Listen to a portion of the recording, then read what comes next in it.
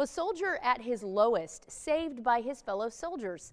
One man stationed at Fort Hood took to social media to find the men and women he says saved his life. 6 News reporter Sydney Walker is live outside of Fort Hood tonight with more from the Army captain whose TikTok account helped him find his heroes. Sydney? Captain Tony Smith's Army retirement wish was to thank the soldiers who saved him during a medical emergency. Now, thanks to social media, that wish came true.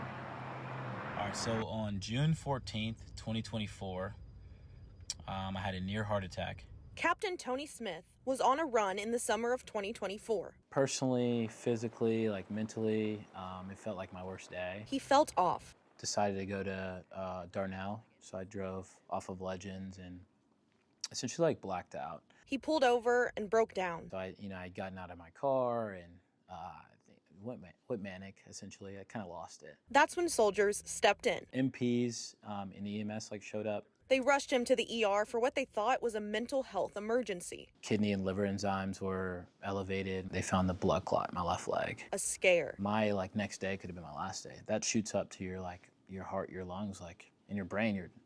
You're dead. Now his time in the Army is almost over. I couldn't leave here or get out the Army without at least acknowledging, tell them that I appreciate them as well. Hope that I can find these soldiers and recognize them and shake their hand. The response was overwhelming. A lot of the MPs reached out to me. I had personnel from Colleen, mom's pages, the spouses' pages were reaching out. He found them the very next day. It's just cool just to thank them and be hey, thank you so much for essentially you saved me. Good soldiers. If I would have been off base, that would have been a worse story. Good humans. Didn't see the rank, just saw me as human. And good news out of Fort Hood. So it's kind of amazing how, when you do it the right way, social media can, find what you need when you need it.